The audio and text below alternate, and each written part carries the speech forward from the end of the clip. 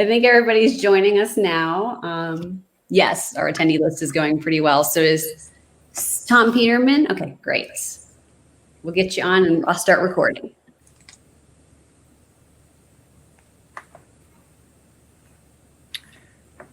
So good afternoon, everybody, to our second debate of the afternoon. Question is, should we abolish the traditional metrics for syphilis partner services?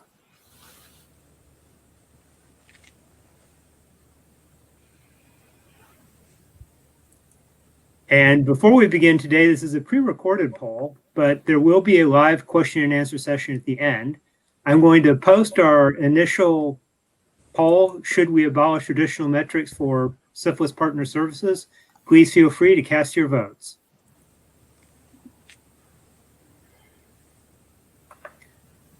Voting will be open for 1 minute. Don't listen to him. What kind of person is that?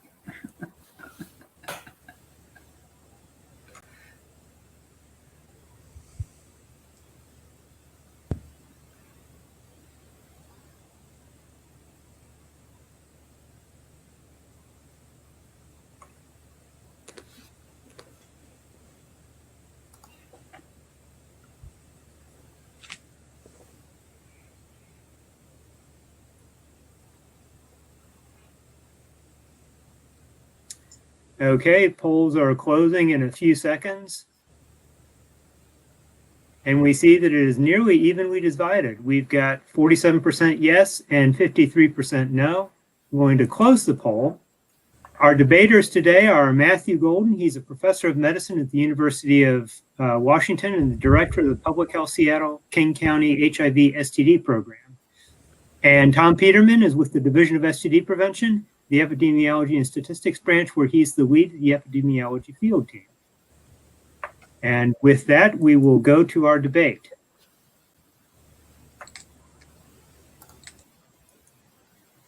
So the pro side will be presented by Matthew Golden. He's a professor of medicine at the University of Washington and the director of the Public Health Seattle King County HIV STD program. And the con side will be presented by Tom Peterman, who is with CDC Division of STD Prevention.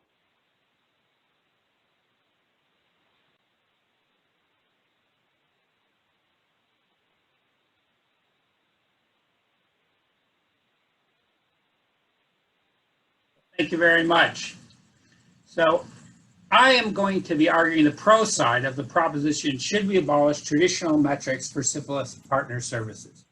Well, we arranged this in the era of COVID, and it was hard for us to organize how we were actually going to develop this proposition. So I'm not actually going to argue that proposition. What I'm going to argue is that traditional partner notification metrics are not the way to monitor the success of syphilis partner services. The distinction here is that I'm not really saying abandon everything you've been monitoring all these years, so much as that it's not an adequate approach to monitoring these programs. When we talk about traditional syphilis partner notification metrics, what we're talking about is these measures of how are we doing in terms of identifying partners and cases. And usually these involve the contact index, which is the number of contacts named per index case, and the epidemiologic index, which is the number treated per index case, and the case finding or brought to treatment index, which is the number of infected contacts treated per index case. The problem with this is that the programs aren't working, and syphilis is not our only problem. And in many cases, it's not even the most important problem that our patients are facing. So as one considers this, it's often useful to divide things up between MSM and heterosexual populations. At present, the syphilis epidemic in the United States is predominantly a problem of men who have sex with men.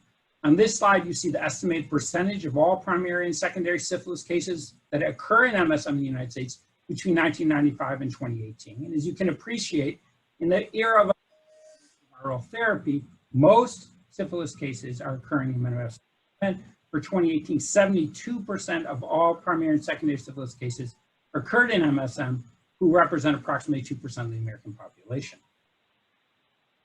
So do syphilis partner notification work in men who have sex with men? Well, it doesn't work very well. The data on this slide are showing you information from two jurisdictions, King County, Washington, where I live, and from the state of Florida. How we got these data are a little different. So in Seattle, the red bar is looking at all new diagnoses of primary or early syphilis among people who reported that they tested because a partner tested positive. So it includes not just the people that the DIS were able to identify, but actually everybody who tested because it was a partner was diagnosed, and it was only 13%. The data from Florida are focused only on the work that DIS did. Only 7% of early syphilis cases in men who have sex with men were diagnosed because of partner services. So it's a very small minority of all the cases that are being diagnosed through this intervention. Well, how high a priority is syphilis in MS? Well, it's a priority, but you know, we need to be realistic. About 4% of patients with early syphilis will have complicated syphilis. 3% will have ocular syphilis, but overwhelmingly, these patients are going to do just fine with conventional therapy. Indeed, probably less than 1% of people with syphilis are going to have any long-term sequelae. So for most men who have sex with men, HIV is a much bigger problem than syphilis. And our goal should be to use syphilis partner services to prevent HIV. Would that work? I think it would. The data I'm about to present you come from Seattle and look at the effect of integrating PrEP referrals into syphilis or STD partner services. These data were collected between August of 2014 and 2019. And during that time, we provided partner services to about 6,400 HIV negative men who have sex with men, for whom we had data on 89%. 43% of those HIV negative MSM were already on PrEP. That increased from 19% in 2014 to 61% in 2018 and in 2019. Among about 3,200 HIV negative MSM who were not on PrEP, we offered them referral for PrEP in 56% of cases. At present, we would offer it to everybody, but early on in the program, it was more selective. Of that group, 67% accepted a referral, of whom over half actually initiated PrEP. So what we're saying is that about 1 in 3 HIV negative MSM who are not on PrEP will start it if you build PrEP linkage into partner services. That is a very high level of PrEP uptake, and I think really a key benefit. How about HIV positive men who have sex with men? Here what you're looking at is the percentage of HIV positive men who have sex with men with early syphilis who are out of care or viremic in 2016-2017. These data were collected by Sarah Norkin through a project that was organized through our capacity building grant and our Center for AIDS Research. And you can see across a wide number of different states, 39% of people with men who have sex with men with early syphilis, or excuse me, this is all people, were HIV positive, of whom 26% were out of care or viremic. And there was some variability across the states, but really it's pretty high across these groups. This really highlights to me that the syphilis partner services are an opportunity for relinkage and reengagement. Let's talk about heterosexuals. And here, we'll start by contrasting what occurs in heterosexuals and men who have sex with men in King County in Florida. You can see here that the data are a little at variance. In Seattle, we see a higher treatment index in men who have sex with men than among heterosexuals. In Florida, they see the opposite. Overall, as we compare this with other jurisdictions, the numbers are a little lower than what you would see overall in North Carolina, really dead on what you see in the United Kingdom. When we look at the brought to treatment index, what we see is the intervention does seem to consistently work somewhat better in heterosexuals than it does in men who have sex with men. But in no instance is this a home run. It's still a relatively modest benefit. And I think it's important to realize that many of these partners who are diagnosed and treated would have been diagnosed and treated in the absence of any intervention because their partners notify them themselves. So if then we look again at what proportion of cases of early syphilis are diagnosed as a result of a partner testing positive or a partner services, again, here we're looking at King County and Florida. It looks better in heterosexuals than men who have sex with men, but in no population are more than 20% of the cases the result of a partner testing HIV. It's always a minority and a relatively small minority of the cases that we're identifying through this method. So in conclusion, what I'd say is that partner services for syphilis is a relatively weak intervention for finding cases of undiagnosed syphilis. among men who have sex with men, partner services is potentially an excellent intervention for getting people on PrEP and relinking them to HIV care, but this requires a strong clinical infrastructure. It's time for us to change how we monitor programs, routinely integrate HIV outcomes and potentially other outcomes. And I think we need to be creative about what are the services we really want to build into this, particularly for women with syphilis and really vulnerable populations like people who exchange sex. For Tom, what I would say is that Moses did not receive our traditional contract from God on Sinai. So you can abandon your orthodoxy and we can do something different.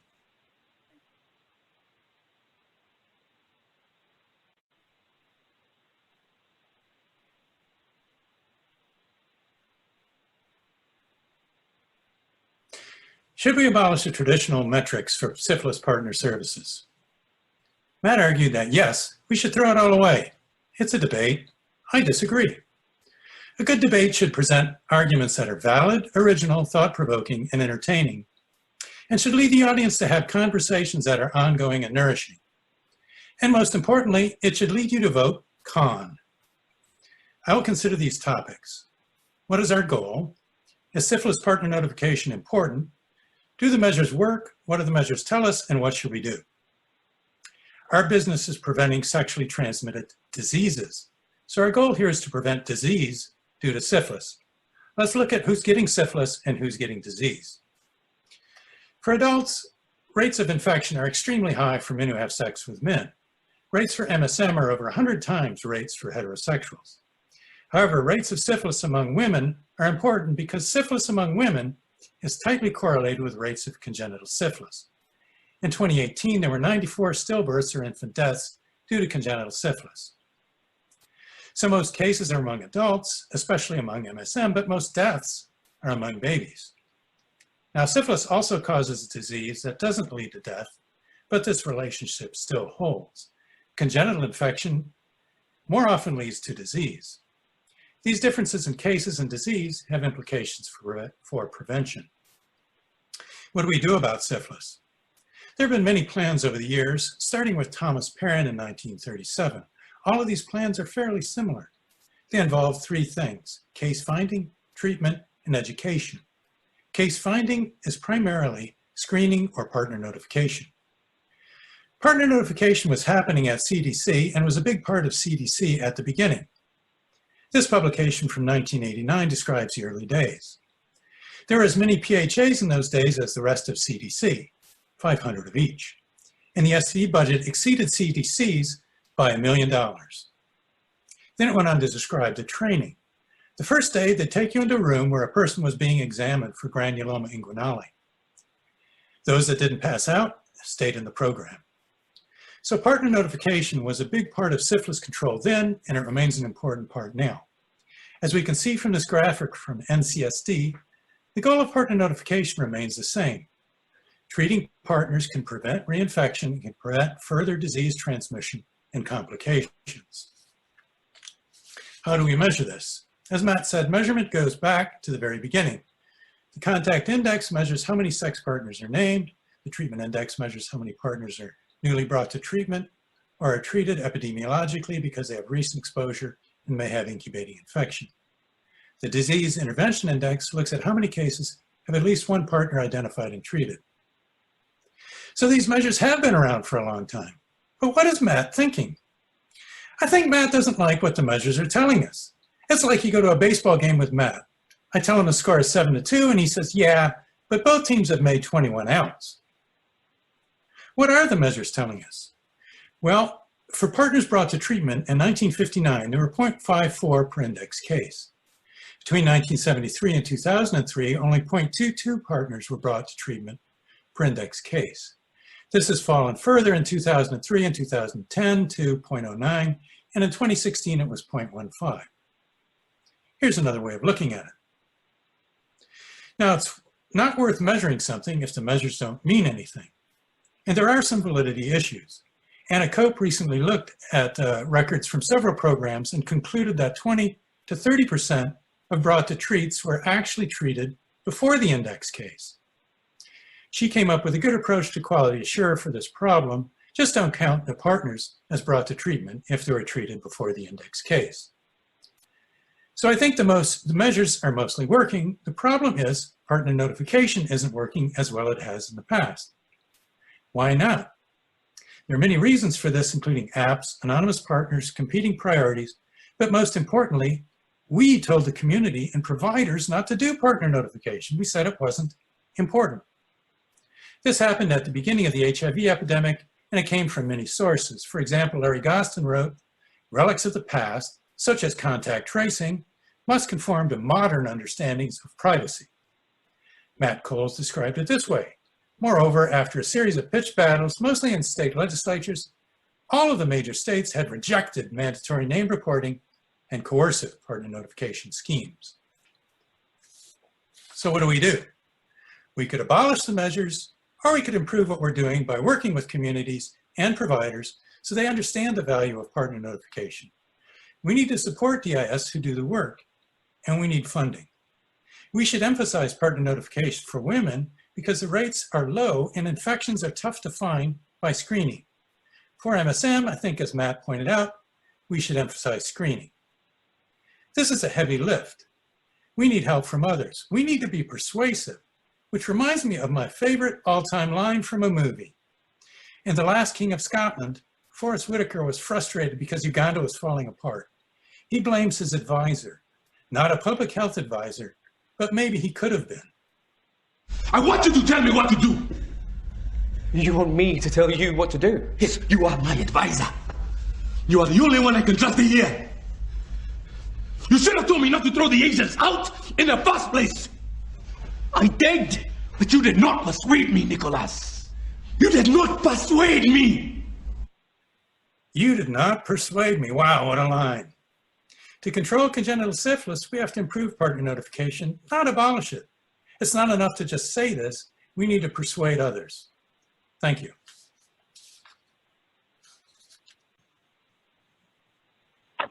Okay, thanks to both Matt and Tom, and now we have time for rebuttal. First, Matt. Good presentation by Tom. But I'd like to make a few points about this. I have three main points I want to make. The first is Tom said, if you don't like I don't like what we're accomplishing. Right, I don't like what we're accomplishing. So the fact that it's not working the way it did in the 1950s isn't an argument to keep doing the same thing, banging your head against the wall year after year after year with no change. We're in a different circumstance. There was no HIV infection in 1950. It was really a different circumstance. Tom said that we're in the business of STD prevention. We're in the business of health. We're focused on STD prevention, but in the end of the day, what we want to do is advance the health of our patients to the best of our ability. And we have long since passed the point where we should be arguing about STD HIV program integration. We need to have integrated programs.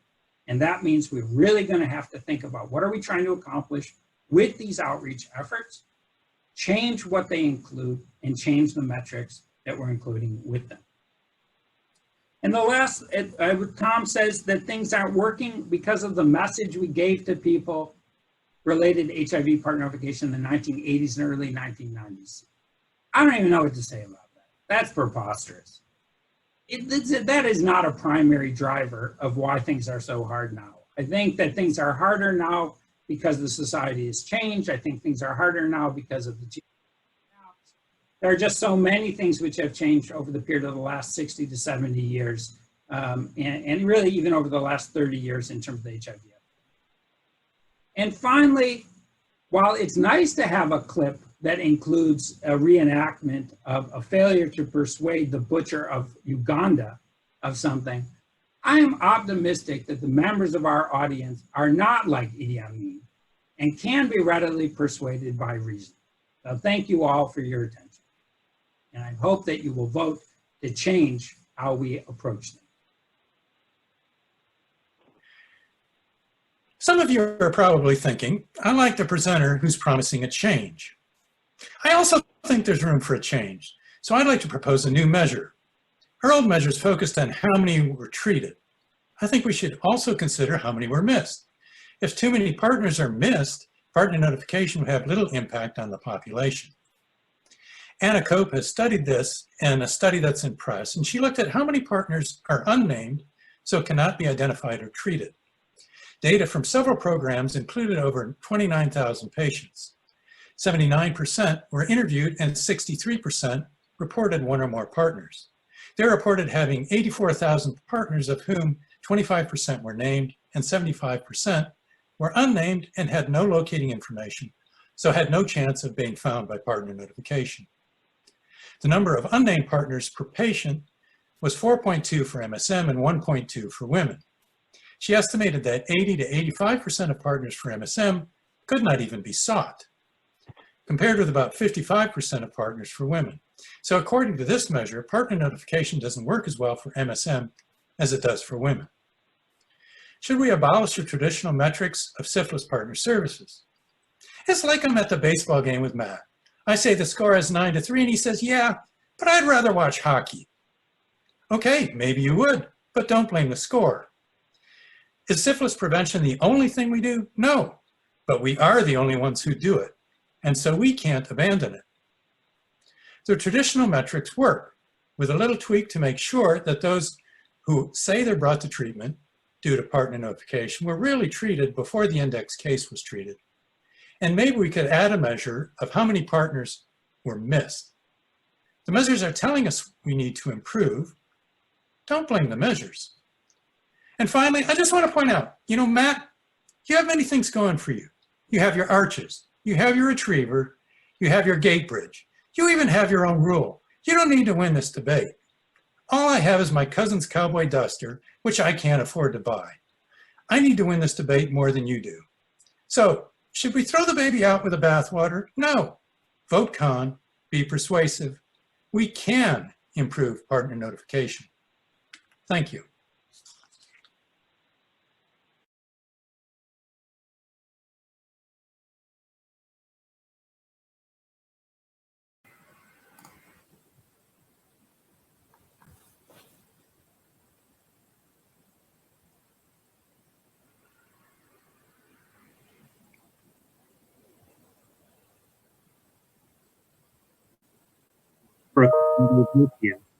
One question for Matt Golden. You said that partner notification does not work for syphilis, so should we just drop it and concentrate on HIV?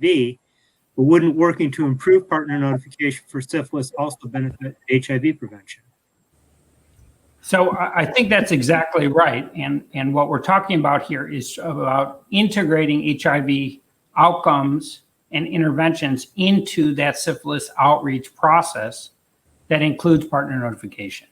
So I think the issue here is not that we would realistically abandon everything we're doing to try to find the partners of people with syphilis, but that we can't concentrate on that alone when we're making these calls or doing these investigations. So this is a question for both of you. In the current environment, what is the relationship of these metrics to actual interruption of transmission?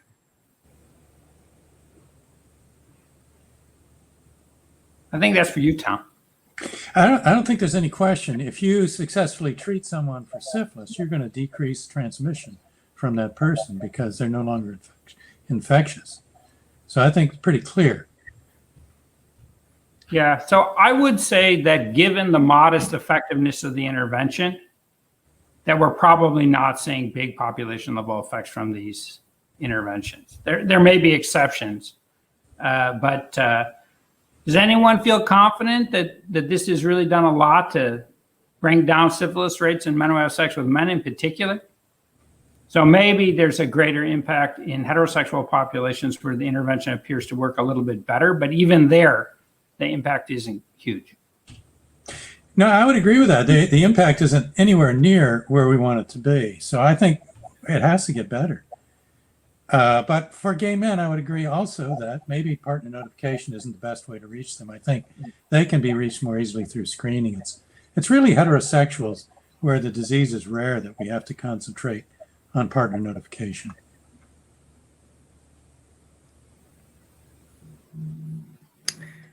And to Dr. Peterman, what would the replacement be to ensure the prevention of syphilis infection among women of reproductive age and MSM? Wait, say that again? What would be the replacement for DIS partner services to ensure the prevention of syphilis infection among women of reproductive age and MSM? What would be the replacement of partner services? Mm-hmm.